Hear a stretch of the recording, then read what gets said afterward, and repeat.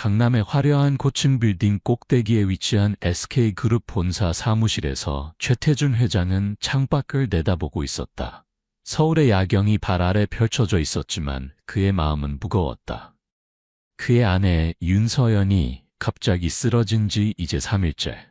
최고의 의료진도 그녀의 상태를 호전시키지 못하고 있었다. 회장님, 미국 존스 홉킨스에서 전문의가 도착했습니다. 비서의 목소리에 태준은 고개를 끄덕였다. 고맙네. 곧바로 병원으로 가지.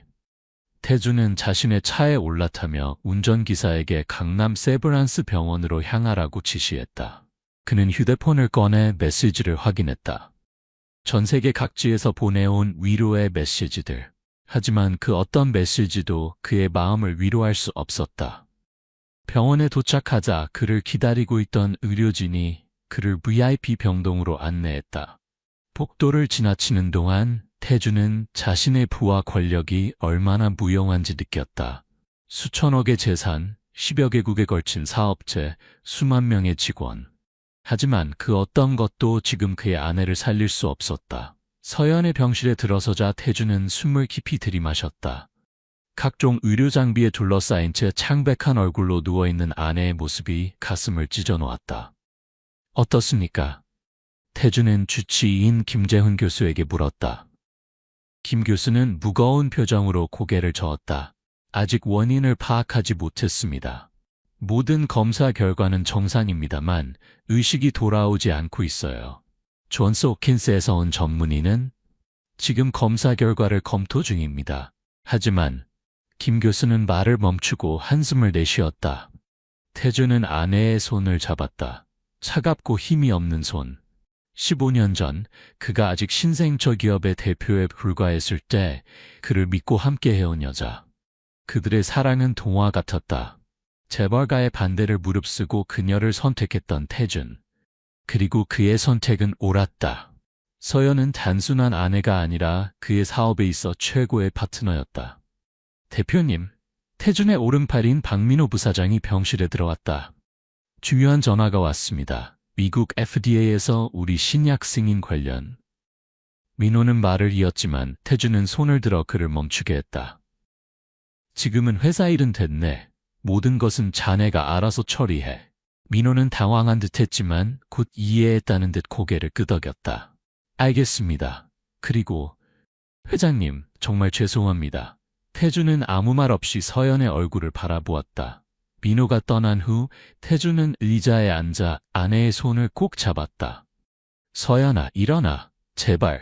우리 태호가 엄마를 기다리고 있어. 그들의 아들 태호는 미국 유학 중이었다. 어머니의 소식을 듣고 당장 귀국하겠다고 했지만 태준은 그를 말렸다. 기말고사가 며칠 남지 않았고 서연도 아들의 학업을 무엇보다 중요시했다. 병실 문이 열리고 몇몇 의사들이 들어왔다. 존스 홉킨스에서 온 로버트 블랙 박사와 서울대 의대 최고의 신경과 전문의 이수진 교수였다. 최 회장님, 블랙 박사가 영어로 말했다. 저희가 모든 검사 결과를 검토했습니다. 안타깝게도 윤 여사님의 상태는 매우 복잡합니다. 이수진 교수가 통역을 했다. 블랙 박사 말로는 부인의 상태는 현대의학으로는 설명하기 어려운 점이 많다고 합니다. 모든 검사 결과는 정상이지만 뇌 활동이 점점 감소하고 있어요. 태준은 주먹을 꽉 쥐었다. 그럼 어떻게 해야 합니까? 무슨 수를 써서라도. 블랙 박사는 무거운 표정으로 말했다. 죄송합니다만 현재로서는 할 수 있는 것이 많지 않습니다. 태사성 혼수 상태와 유사하지만 원인을 찾을 수 없어 치료법도. 태준의 눈에서 분노가 번쩍였다. 돈은 상관없습니다. 어떤 치료법이든 어디서든 최고의 의사를 데려오겠습니다. 제 아내를 살려주세요. 이수진 교수가 조심스럽게 말했다. 회장님, 저희도 최선을 다하고 있습니다. 하지만 의학적으로 설명할 수 없는 부분이 있어요. 태준은 그 말에 고개를 들었다. 무슨 말씀이신지? 윤 여사님의 상태는 의학적인 문제만은 아닌 것 같습니다. 그게 무슨 소리죠? 이수진 교수는 잠시 망설이다가 말했다. 제가 알기로 동양의학이나 민간요법에서는 이런 증상을 혼수라고 부르기도 합니다. 영혼이 육체를 떠나려 하는. 블랙 박사가 의아한 표정으로 이수진을 바라보았다. 서양 의학에서는 이해할 수 없는 개념이었다. 태주는 비웃듯이 말했다. 교수님, 저는 과학자입니다. 그런 미신을? 물론입니다, 회장님. 저도 현대 의학을 믿습니다. 하지만 때로는 이수진은 말을 멈추었다. 죄송합니다. 부적절한 말씀을 드렸네요. 태주는 깊은 한숨을 내쉬었다. 아닙니다. 제가 예민해져 있네요. 모든 가능성을 열어두겠습니다. 무슨 말씀이든 해보세요. 이수진은 조심스럽게 말을 이었다. 강원도 산골에 특별한 능력을 가진 사람이 있다고 들었습니다. 의학적으로 설명할 수 없는 병을 고치는. 태주는 웃음을 참지 못했다. 무당이라도 데려오자는 말씀입니까? 그런 게 아니라 그분은 전 서울대 의대 교수였습니다. 하지만 어떤 이유로 의사 면허를 반납하고 산으로 들어가셨죠. 정확히 어떤 방법으로 치료하는지는 모르지만 기적적인 치유 사례가 여럿 있다고 합니다. 태주는 잠시 생각에 잠겼다. 과학자로서 그리고 합리적인 사업가로서 그는 항상 증거와 논리를 중시했다. 하지만 지금 그의 앞에는 현대의학의 한계가 놓여 있었다. 그 사람의 연락처를 알 수 있을까요? 이수진은 놀란 듯 눈을 크게 떴다. 제가 알아보겠습니다. 하지만 그분은 쉽게 만날 수 있는 사람이 아니라고 들었습니다. 태주는 굳은 표정으로 말했다. 어떤 방법을 써서라도 찾아내십시오. 내 아내를 살릴 수만 있다면. 그날 밤 태주는 병실에서 잠들지 않고 아내 곁을 지켰다. 창밖으로 보이는 서울의 불빛들이 흐릿하게 번졌다. 그는 문득 자신의 인생이 얼마나 공허한지 깨달았다. 서연 없이는 이 모든 성공과 부가 무슨 의미가 있을까? 휴대폰이 진동했다. 이수진 교수였다. 회장님, 연락처를 구했습니다. 하지만 그분이 만나주실지는 모르겠습니다. 강원도 우지에 계신데 외부인을 잘 만나지 않는다고 합니다. 태주는 결연한 목소리로 말했다. 내일 아침 첫 비행기로 가겠습니다. 주소를 보내주세요. 이수진이 망설이며 말했다. 회장님, 한 가지 더. 그분은 돈을 받지 않는다고 합니다. 그리고 아주 특이한 조건이 있다고. 어떤 조건이든 들어주겠습니다. 제 아내만 살려준다면. 전화를 끄는 태주는 창밖을 바라보았다. 새벽이 밝아오고 있었다. 그는 아내의 창백한 얼굴을 보며 속으로 다짐했다. 서연아, 내가 꼭 널 데려올게. 어떤 대가를 치르더라도. 이른 아침 태주는 개인 헬리콥터를 타고 강원도로 향했다. 옆자리에는 박민호 부사장이 함께했다. 정말 가시는 겁니까? 민호가 조심스럽게 물었다. 미신 같은. 다른 선택이 있나? 현대의학은 답을 주지 못하고 있어. 민호는 더 이상 말을 잇지 못했다. 그는 태준이 얼마나 냉철한 사업가인지 잘 알고 있었다. 그런 그가 지금 이런 선택을 하는 것은 얼마나 절박한 상황인지를 말해주고 있었다. 헬리콥터는 울창한 산림 위를 날았다. 1시간쯤 지났을 때 조종사가 말했다. 회장님, 이 근처인데 착륙할 만한 장소가 없습니다. 태주는 아래를 내려다보았다. 끝없이 펼쳐진 봄의 신록으로 덮인 산맥. 그 어디에도 문명의 흔적은 보이지 않았다. 저기 작은 공터가 있습니다. 위험하지만 시도해보겠습니다. 조종사의 기술로 헬리콥터는 간신히 작은 공터에 착륙했다. 태준과 민호는 내렸고 조종사에게는 대기하라고 지시했다. GPS 좌표로는 이 근처입니다만. 민호는 주변을 둘러보았다. 사방이 울창한 숲이었다. 태준은 결연한 표정으로 앞장섰다. 가보자. 두 사람은 가파른 산길을 올랐다. 비즈니스 슈트를 입은 채 등산을 하는 그들의 모습은 우스꽝스러웠지만 태준의 표정은 진지했다. 1시간 정도 산을 올랐을 때 그들은 작은 오두막을 발견했다. 현대식 건물이 아닌 전통 한옥 양식의 집이었다. 주변에는 약초로 보이는 식물들이 가지런히 심어져 있었다. 태준이 문 앞에 다가가려는 순간 문이 열렸다. 70대로 보이는 노인이 서 있었다. 머리는 백발이었지만 그의 눈빛은 날카로웠다. 허리는 곧게 펴있고 움직임은 젊은이처럼 민첩했다. 오래 기다렸소. 노인이 말했다. 태주는 놀라서 말을 잇지 못했다.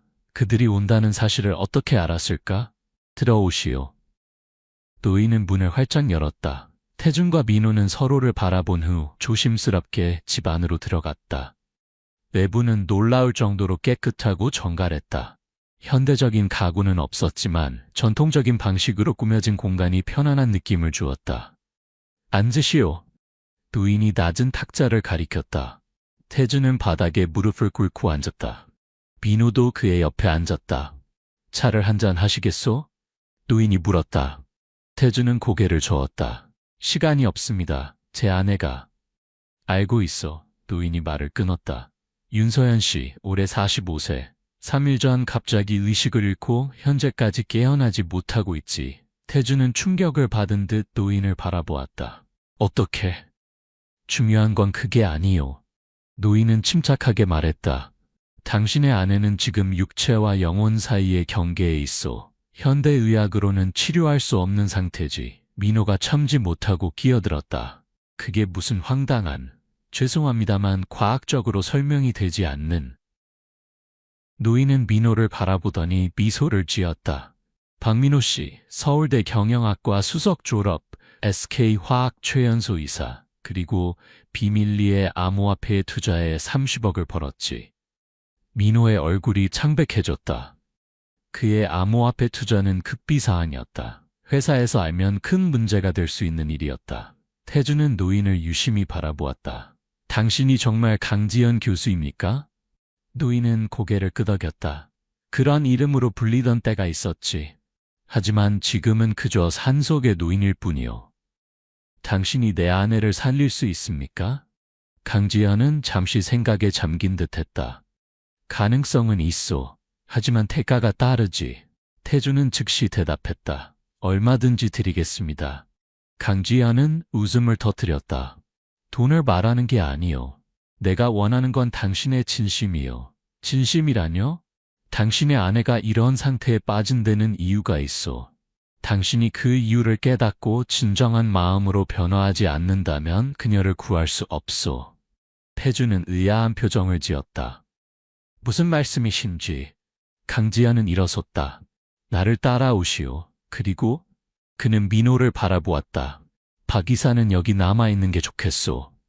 민호는 항의하려 했지만 태준이 그를 제지했다. 여기서 기다려. 무슨 일 있으면 연락할게.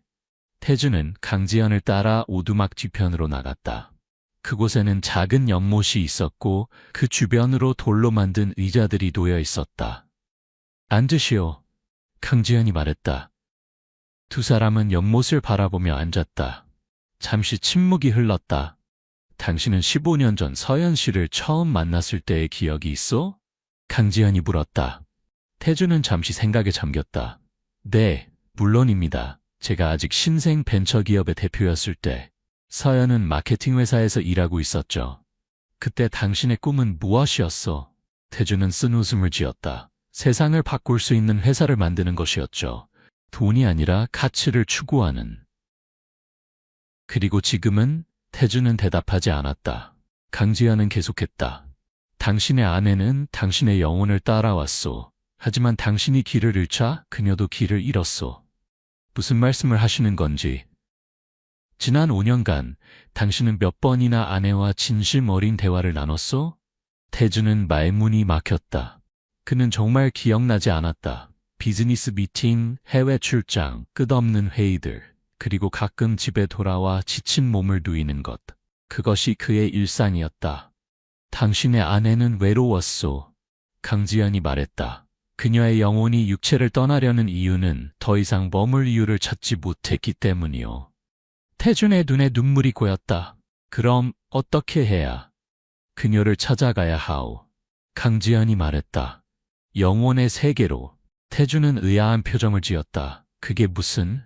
내가 도와주겠소. 하지만 위험하오. 당신도 그곳에서 돌아오지 못할 수 있어. 태준은 잠시 생각했다. 서연 없는 삶은 상상할 수 없었다. 그리고 그는 그녀에게 갚아야 할 빚이 있었다. 그녀의 희생, 그녀의 사랑, 그녀의 지지. 어떻게 하면 됩니까? 강지연은 주머니에서 작은 약병을 꺼냈다. 이 약을 마시시오. 그러면 당신의 영혼이 육체를 떠나 그녀를 찾아갈 수 있어. 하지만 기억하시오. 해가 지기 전에 돌아와야 하오. 그렇지 않으면 둘 다 영원히 돌아올 수 없소. 태주는 망설임 없이 약병을 받아들었다. 고맙습니다. 한 가지 더, 강지연이 말했다. 그곳에서는 진실만이 통하오. 거짓된 마음으로는 그녀를 찾을 수 없소. 태주는 고개를 끄덕였다. 그는 약병을 열고 내용물을 모두 마셨다. 처음에는 아무 일도 일어나지 않는 듯했다. 그러다 갑자기 극심한 어지러움이 몰려왔다. 태주는 자신의 몸이 가벼워지는 것을 느꼈다. 그리고 그는 자신의 육체가 바위에 앉아있는 것을 보았다. 그는 이제 영혼이 되어 자신의 몸을 바라보고 있었다. 가시오. 강지연의 목소리가 들렸다. 그녀를 찾으시오. 하지만 기억하시오. 해가 지기 전에 돌아와야 하오. 태주는 자신의 육체를 뒤로하고 미지의 세계로 걸음을 내딛었다. 태주는 자신이 있는 곳이 어디인지 알 수 없었다. 주변은 안개로 가득 차 있었고 발 아래로는 희미한 길이 보였다. 그는 본능적으로 그 길을 따라 걷기 시작했다. 걸을수록 주변의 풍경이 조금씩 변했다. 안개가 걷히고 그는 자신이 어딘가의 도시에 서 있음을 깨달았다. 하지만 그것은 서울이 아니었다. 아니, 정확히는 서울이었지만 15년 전의 서울이었다. 그는 자신이 처음 서연을 만났던 카페 앞에 서 있었다. 데스티니 카페. 그 이름이 얼마나 운명적인지 그때는 몰랐다. 태주는 카페 안으로 들어갔다. 그리고 그곳에서 젊은 자신과 서연이 대화를 나누고 있는 모습을 보았다. 아무도 그를 보지 못하는 듯했다. 그는 유령처럼 그들 곁에 다가갔다. 정말 대단한 계획이네요. 젊은 서연이 말하고 있었다. 하지만 리스크가 크지 않을까요? 젊은 태주는 열정에 가득 찬 눈으로 대답했다. 맞아요. 하지만 성공하면 세상을 바꿀 수 있어요. 환경 오염 없는 에너지, 모두가 접근할 수 있는 의료기술. 이건 단순한 비즈니스가 아니라 미션이에요. 서연은 미소를 지었다. 당신 같은 사람이 성공해야 해요. 돈만 쫓는 사람들 말고 가치를 만드는 사람이. 현재의 태주는 가슴이 아팠다. 그때의 자신은 정말 순수했다. 세상을 바꾸겠다는 열정, 돈보다 가치를 중시한다는 신념. 언제부터 그는 그 모든 것을 잊고 단순히 더 큰 회사, 더 많은 돈을 위해 살게 되었을까? 장면이 변했다. 이번에는 그들의 첫 아파트였다. 작고 소박한 공간이었지만 두 사람의 사랑으로 가득했다. 당신 오늘도 늦었네요. 서연이 말했다. 젊은 태주는 피곤한 표정이었지만 미소를 지었다. 미안해. 투자자 미팅이 길어졌어. 좋은 소식이에요? 글쎄, 아직 확실하진 않아. 그들은 우리 환경기술보다는 수익성 높은 사업에 관심이 있더라고. 서연은 태준의 손을 잡았다. 포기하지 마요. 당신의 꿈이 옳다는 걸 나는 알아요. 서연이 있어서 정말 다행이야. 넌 내 힘이야. 젊은 서연은 미소를 지었다. 우리 함께 해낼 거예요. 당신의 꿈이 내 꿈이에요. 현재의 태주는 가슴이 아팠다. 그 순간들, 그 약속들. 그는 언제부터 잊기 시작했을까? 장면이 또 변했다. 이번에는 기업 인수계약식이었다. 태준의 작은 벤처기업이 대기업에 인수되는 순간이었다. 축하합니다, 최 대표님. 대기업 회장이 말했다. 이제 정말 큰 일을 해낼 수 있을 겁니다. 젊은 태주는 기뻐했지만 한편으로는 불안해 보였다. 서연이 그의 옆에 서서 손을 꼭 잡고 있었다. 걱정 마요. 서연이 속삭였다. 우리는 본래의 미션을 잊지 않을 거예요. 하지만 현재의 태주는 알고 있었다. 그 순간이 전환점이었다. 대기업의 자본과 시스템 속에서 그의 원래 꿈은 조금씩 희석되어 갔다. 환경 친화적 기술은 수익성이 낮다는 이유로 뒤로 밀려났고 그는 점점 더 비즈니스에 집중하게 되었다. 또 다른 장면. 태준이 대표이사가 된 후 첫 번째 생일 파티. 호화로운 펜트하우스에서 열린 파티였다. 축하해요, 여보.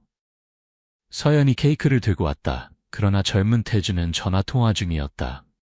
지금 케이크 자를 시간이 없어. 미국 지사에서 긴급한 문제가 생겼어. 그는 서연에게 미안한 표정을 지었지만 전화를 끊지 않았다. 서연의 표정에 실망감이 스쳤지만 그녀는 억지로 미소를 지었다. 알았어요. 나중에 하죠. 하지만 나중은 오지 않았다. 태주는 그날 밤 결국 사무실로 돌아갔고 케이크는 그대로 남겨졌다. 장면이 계속 바뀌었다. 태호의 초등학교 입학식, 서연의 생일, 결혼기념일. 태준이 놓친 순간들이 하나씩 그의 앞에 펼쳐졌다. 그리고 모든 장면에서 서연은 이해한다는 미소를 지었지만 그녀의 눈에는 점점 더 깊은 외로움이 깃들었다. 마지막 장면. 3일 전 서연이 쓰러지기 직전의 아침이었다. 오늘 저녁에는 일찍 들어올 수 있어요? 서연이 물었다. 태준은 서류를 보며 대답했다. 아마 힘들 것 같아. 미국 FDA 승인 관련 미팅이 있어서. 오늘은 우리 결혼 15주년이에요. 태준은 잠시 손을 멈추었다. 맞다. 미안해 서연아. 완전히 잊고 있었어. 괜찮아요. 바쁘니까. 서연은 억지 미소를 지었다. 그럼 내일은 어때요? 우리 오랜만에 둘이서 저녁 식사라도. 내일은 중국 출장이야. 3일 정도 걸릴 거야. 서연의 눈에 실망감이 가득했지만 그녀는 아무 말도 하지 않았다. 그저 고개를 끄덕였을 뿐. 태주는 서류에서 눈을 떼지 않았다. 그리고 그가 다음에 서연을 본 것은 병원 침대에 누워있는 모습이었다. 현재의 태주는 무릎을 꿇고 흐느꼈다. 서연아, 미안해. 정말 미안해. 그때 멀리서 희미한 목소리가 들렸다. 태준 씨. 태주는 고개를 들었다. 그 목소리는 서연의 것이었다. 그는 벌떡 일어나 소리가 들려오는 방향으로 달려갔다. 안개 속을 헤치며 달리던 태주는 마침내 한 곳에 도달했다. 그곳은 그들이 신혼여행을 갔던 제주도의 해변이었다. 서연이 파도를 바라보며 서 있었다. 서연아. 태준이 외쳤다. 서연이 천천히 돌아보았다. 그녀의 모습은 반투명했고 마치 안개처럼 흩어질 것 같았다. 태준 씨, 여기까지 왔네요. 서연이 미소를 지었다. 태준은 그녀에게 달려가 안으려 했지만 그의 팔은 그녀를 통과했다. 서연아, 돌아가자. 집으로. 서연은 슬픈 미소를 지었다. 집이라? 우리에게 집이 어디죠? 당신은 회사가 집이고 나는 이제 갈 곳이 없어요. 무슨 말을 하는 거야? 우리 집, 우리 가족이 있잖아. 가족이요? 서연이 쓴 웃음을 지었다. 우리가 마지막으로 진짜 가족처럼 지낸 게 언제예요? 태호는 자라서 자기 삶이 생겼고 당신은 항상 바빴죠. 내가 그곳에서 무엇을 위해 존재해야 하나요? 태주는 말문이 막혔다. 그녀의 말이 모두 사실이었다. 돌아와줘, 서연아. 내가 모든 걸 바꿀게. 우리가 처음 꿈꿨던 그 삶으로 돌아가자. 서연은 고개를 저었다. 이제 너무 늦었어요. 당신은 그 세계에 속해 있고 나는. 서연아. 태준이 절박하게 외쳤다. 제발, 나 없이는 살 수 없어. 서연의 눈에 눈물이 고였다. 정말요? 당신이 나를 정말 필요로 해요? 아니면 그저 습관처럼 내가 곁에 있길 바라는 거죠? 태준은 진심을 담아 말했다. 내가 내 전부야. 내가 잊고 있었을 뿐이야. 돈, 성공, 권력, 그 어떤 것도 너 없이는 의미가 없어. 그는 과거의 장면들을 떠올렸다. 서연의 희생, 그녀의 무조건적인 지지, 그녀의 사랑, 그리고 그가 얼마나 그 모든 것을 당연하게 여겼는지.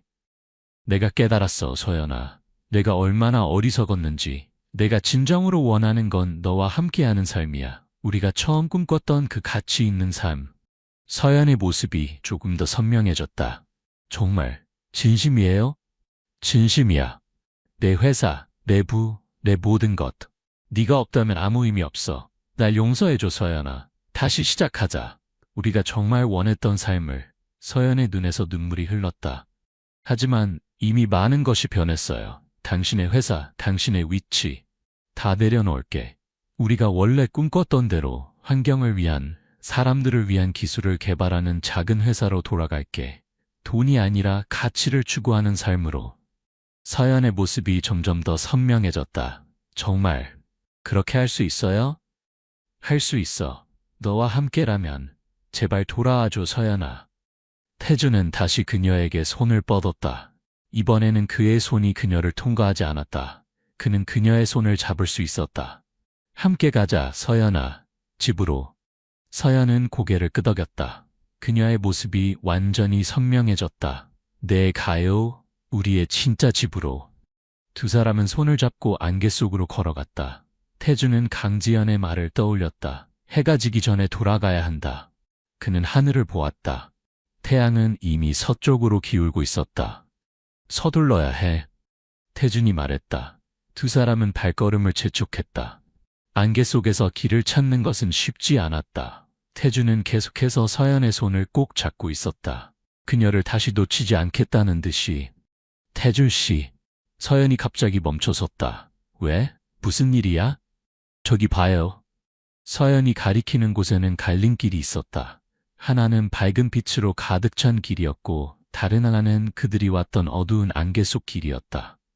저 밝은 길, 너무 아름다워요. 서연의 눈이 빛났다. 태주는 불안함을 느꼈다. 서연아, 우리는 저쪽으로 가야 해. 우리가 왔던 길로. 서연은 망설였다. 하지만 저 빛 속에는 안 돼. 태준이 그녀의 손을 더 꽉 잡았다. 저건 돌아갈 수 없는 길이야. 우리는 함께 돌아가야 해. 우리의 삶으로, 우리의 아들에게로. 서연의 눈에 갈등이 보였다. 태호. 그녀는 아들의 이름을 속삭였다. 그래, 태호. 그 아이는 너를 필요로 해. 나도 너를 필요로 하고. 태주는 간절히 말했다. 서연은 깊은 숨 내쉬고 고개를 끄덕였다. 네, 가요. 함께. 두 사람은 어두운 안개 속 길로 들어섰다. 걸을수록 안개는 짙어졌고 길은 더 험난해졌다. 조금만 더. 태준이 말했다. 하지만 그는 방향을 잃은 것 같았다. 안개가 너무 짙어 앞이 보이지 않았다. 서연이 갑자기 멈춰섰다. 태준 씨, 저기 봐요. 희미한 빛이 안개 사이로 비치고 있었다. 태준은 그곳을 향해 서연을 이끌었다. 그들이 가까이 다가갈수록 빛은 더 밝아졌다. 마침내 안개가 걷히고 그들은 강지연의 오두막 앞에 서 있었다. 태준의 육체가 여전히 바위에 앉아 있었고 강지연은 그 옆에서 기다리고 있었다. 시간이 얼마 남지 않았소. 강지연이 말했다. 서둘러야 하오. 태준은 서연을 바라보았다. 준비됐어? 서연은 고개를 끄덕였다. 네, 함께 가요. 두 사람은 자신들의 육체를 향해 걸어갔다. 태준은 먼저 자신의 몸으로 돌아갔다. 그는 눈을 뜨고 곧바로 서연을 찾았다. 서연의 영혼은 아직 그녀의 육체로 돌아가지 않은 채 태준 앞에 서 있었다. 서연아, 어서. 태준이 외쳤다. 서연은 미소를 지었다. 태준 씨, 약속해 주세요. 우리의 꿈을 잊지 않겠다고. 약속해. 절대로 잊지 않을게. 서연은 고개를 끄덕였다. 그녀의 영혼이 점점 희미해지더니 마침내 사라졌다. 강지연이 태준의 어깨를 두드렸다. 서두르시오. 병원으로 가야 하오. 태준은 정신을 차리고 일어났다. 그는 민호를 불렀고 둘은 서둘러 헬리콥터로 돌아갔다. 회장님, 무슨 일이 있었습니까? 민호가 물었다. 태준은 진지한 표정으로 대답했다. 모든 게 달라질 거야, 민호. 우리 회사도 내 삶도. 헬리콥터는 서울로 향했다. 태준은 내내 초조한 표정으로 창밖을 내다보았다. 서연이 정말 돌아왔을까? 그가 경험한 모든 것이 정말 현실이었을까? 병원에 도착하자마자 태준은 서연의 병실로 달려갔다. 의사들이 모여 있었다. 무슨 일입니까? 태준이 물었다. 김재훈 교수가 놀란 표정으로 그를 맞이했다. 회장님, 정말 기적입니다. 윤 여사님이 방금 의식을 되찾으셨어요. 태준은 믿을 수 없다는 표정으로 서연에게 다가갔다. 서연은 침대에 누워 있었지만 그녀의 눈은 열려 있었다. 그녀는 미소를 지으며 태준을 바라보았다. 서연아. 태준은 그녀의 손을 잡았다. 태준 씨. 서연의 목소리는 약했지만 분명했다. 의사들은 놀라움을 감추지 못했다. 의학적으로 설명할 수 없는 일입니다. 모든 검사 결과가 정상으로 돌아왔어요. 태준은 아무 말도 하지 않았다. 그는 그저 서연의 손을 꼭 잡고 있었다. 다들 잠시 나가 주시겠어요? 태준이 의사들에게 부탁했다. 방에 둘만 남게 되자 태준은 서연의 얼굴을 부드럽게 쓰다듬었다. 기억하고 있어? 그가 물었다. 서연은 고개를 끄덕였다. 네, 모두 기억해요. 당신이 나를 찾으러 왔던 것, 그리고 우리의 약속. 태준의 눈에 눈물이 고였다. 지킬게, 그 약속. 우리의 꿈으로 돌아갈게. 서연은 미소를 지었다. 정말요? 하지만 당신의 회사, 당신의 성공. 내가 내 진정한 성공이야, 서연아. 그리고 우리가 함께 꿈꿨던 그 가치들. 그걸 다시 찾고 싶어. 다음날 태준은 기자회견을 열었다. 모든 주요 언론사들이 모였다. SK그룹의 최태준 회장이 전격 사임을 발표했다라는 헤드라인이 전국을 강타했다. 더 놀라운 것은 그의 다음 발표였다. 저는 새로운 벤처 기업을 설립할 예정입니다. 그린 호라이즌이라는 이름의 이 회사는 오직 환경 친화적 기술 개발에 집중할 것입니다. 그리고 이 회사의 모든 수익의 50%는 환경보호와 기후변화 대응에 기부될 것입니다. 언론은 발칵 뒤집혔다. 재계에서는 그가 미쳤다는 소문이 돌았다. 하지만 태준은 확신에 찬 표정이었다. 기자회견 후 민호가 그에게 다가왔다. 회장님, 정말 확실한 겁니까? 이건. 태준은 미소를 지었다. 내 인생에서 가장 확실한 결정이야.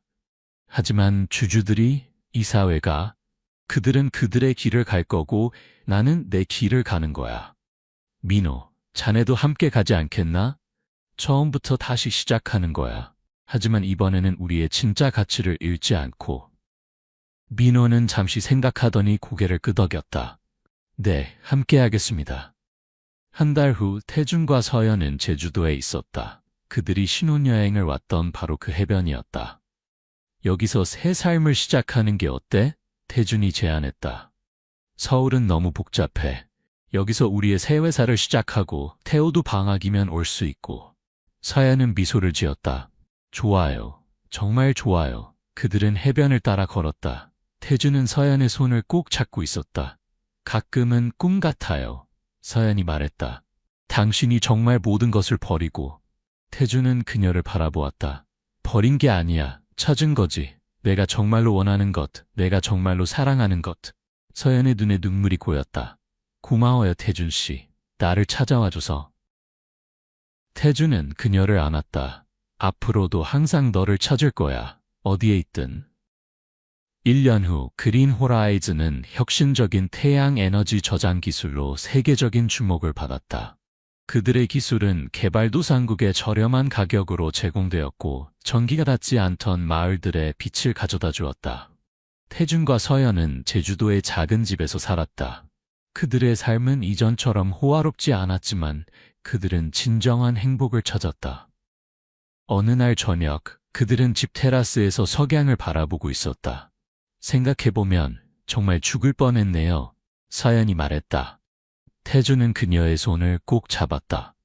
우리 둘 다 강 교수님께 연락해봤어요? 태준은 고개를 저었다. 몇 번 시도했지만 아무도 그를 찾을 수 없대. 어떤 사람들은 그런 사람이 애초에 존재하지 않았다고도 해. 서연은 미소를 지었다. 어쩌면 그분은 우리에게 필요한 때에만 나타나는 사람인지도 몰라요. 태준은 고개를 끄덕였다. 그럴지도 모르지. 하지만 그가 누구든 그는 내게 두 번째 기회를 줬어. 그리고 나는 그것을 낭비하지 않을 거야. 서연은 그에게 기대었다. 우리는 이제 진짜 행복해요, 그렇죠? 그래, 진짜 행복해. 태준은 대답했다. 그들 앞에 펼쳐진 바다는 황금빛 석양에 물들어 있었다. 새로운 하루가 끝나고 또 다른 새로운 하루가 시작될 준비를 하고 있었다. 5년 후 강원도의 깊은 산속, 강지연은 자신의 오두막 앞 연못에 앉아 있었다. 그의 앞에는 신문이 펼쳐져 있었다. 그린 호라이즌, UN 환경상 수상. 최태준 대표, 진정한 가치를 추구하는 비즈니스가 성공할 수 있다고 소감 밝혀.